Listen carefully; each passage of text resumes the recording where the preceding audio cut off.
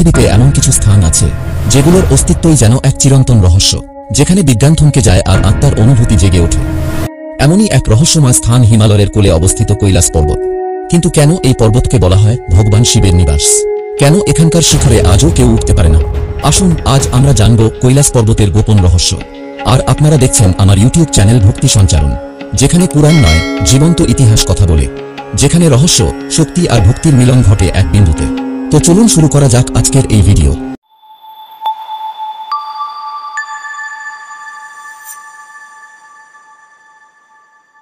কৈলাস পর্বত তিব্বতের এক নিঃসঙ্গ, পবিত্র ও বিস্ময়কর শৃঙ্গ, যার উচ্চতা ৬,৬৩৮ মিটার। এভারেস্টের থেকে অনেকটাই নিচু, তাও কেন কেউ এখানকার শিখরে উঠতে পারে না? কিন্তু আশ্চর্য ব্যাপার হলো, এত কম উচ্চতা থাকা সত্ত্বেও আজ পর্যন্ত কেউ এই পর্বতের শিখরে পা রাখতে পারেনি।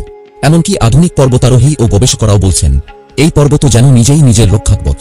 যখনই কেউ চেষ্টা করেছে, তখনই অজানা বাধা, আবহাওয়া বিপর্যয় কিংবা রহস্যময় বিপদের সম্মুখীন হয়েছেন। কৈলাসকে বলা হয় ভগবান শিব ও মাতা পার্বতীর বাসস্থান। পুরাণ বলে, শিব এখানে তপস্যা করেন এবং ধ্যানস্থ হয়ে থাকেন মহাশক্তির সঙ্গে একাত্ম হয়ে। এই পর্বতকে ঘিরেই গড়ে উঠেছে বহু অলৌকিক কাহিনী। কেউ বলেন এটি প্রকৃতপক্ষে একটি পিরামিড, অনেকে মনে করেন এটি মানুষ নয়, ঈশ্বরের হাতে নির্মিত এক অ্যান্টেনা, যা সরাসরি মহাজাগতিক শক্তির সঙ্গে সংযুক্ত।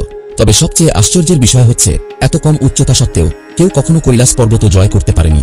চীনা সরকার এই পর্বতে আরোহণ নিষিদ্ধ করেছে, কারণ যারা চেষ্টা করেছে তারা হয় রহস্যজনকভাবে নিখোঁজ হয়ে গেছে, নয়তো ফিরে এসেও মানসিক ভারসাম্য হারিয়েছে।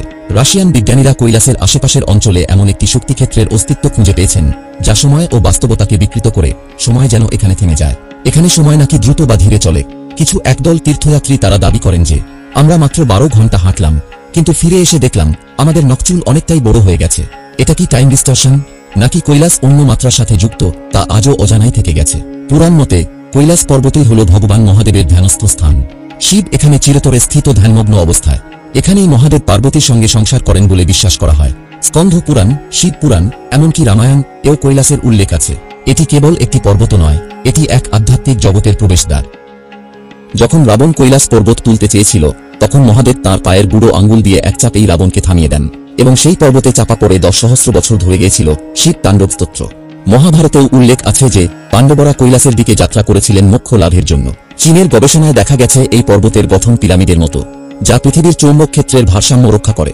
এছাড়াও বলা হয় কৈলাসের চারপাশে 108টি ছোট ছোট পাহাড় রয়েছে, যেগুলো তৈরি করেছে এক নিখুঁত ম্যান্ডালার মতো। এই সংখ্যাটা আবার হিন্দু, বৌদ্ধ ও জৈন ধর্মে অত্যন্ত গুরুত্বপূর্ণ। হিন্দু পুরাণ অনুযায়ী কৈলাস পর্বতই ভগবান শিবের বাসস্থান। এখানেই মহাদেব ধ্যানমগ্ন অবস্থায় চিরকাল বসবাস করেন। সারা বিশ্ব যখন ধ্বংসের মুখে, শিব তখন এখানেই তাণ্ডব নৃত্য করেন, যাকে বলা হয় মহাপ্রলয়। শিব পুরাণ, স্কন্ধ পুরাণ, রামায়ণ সব পুরাণেই কৈলাসের উল্লেখ আছে। শুধু হিন্দু নয়, বৌদ্ধ ধর্মে একে বলা হয় কাং রিনপোচে।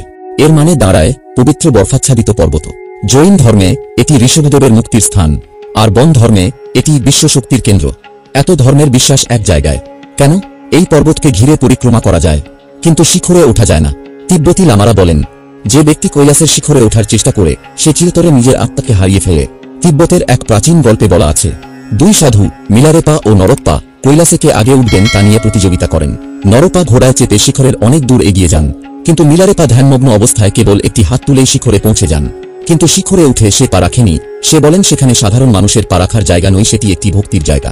এই প্রতীকী কাহিনী আজও বোঝায়, শুধু বাহ্যিক শক্তি নয়, আধ্যাত্মিক শক্তিই পারে পূর্বে কৈলাসের মতো স্থানের রহস্য অনুধাবন করতে। মনে করা হয় কৈলাসের পাদদেশে অবস্থিত 2টি হ্রদ, একটি মানস সরোবর, আরেকটি রাক্ষস তাল।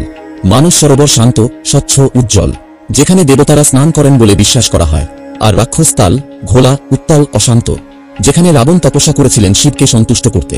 2 হ্রদ একসাথে থেকেও 2 বিপরীত শক্তির প্রতীক। কেন এক পাশে শান্তির জায়গা, আরেক পাশে অশুভ শক্তির স্থান? এখানেই লুকিয়ে আছে দ্বৈততার দার্শনিক ব্যাখ্যা। কৈলাস পর্বত এটি শুধু একটি শিখর নয়, এটি এক জাগ্রত শক্তির কেন্দ্র, যে স্থান আজও মানুষকে টানে তার অজানা রহস্য দিয়ে। যেখানে বিজ্ঞানের প্রশ্নের চেয়ে বিশ্বাসের উত্তরের গুরুত্ব বেশি। আপনি কি মনে করেন, কৈলাস সত্যি এক আধ্যাত্মিক শক্তির কেন্দ্র, নাকি এর পেছনে লুকিয়ে আছে এমন কিছু যা আমরা এখনো বুঝতে পারিনি? কমেন্টে জানান আপনার মতামত। আর যদি ভিডিওটি ভালো লাগে, তাহলে লাইক করুন, শেয়ার করুন এবং ভক্তি সঞ্চারণ চ্যানেলটি সাবস্ক্রাইব করে অবশ্যই রাখুন নতুন নতুন ভিডিও পেতে।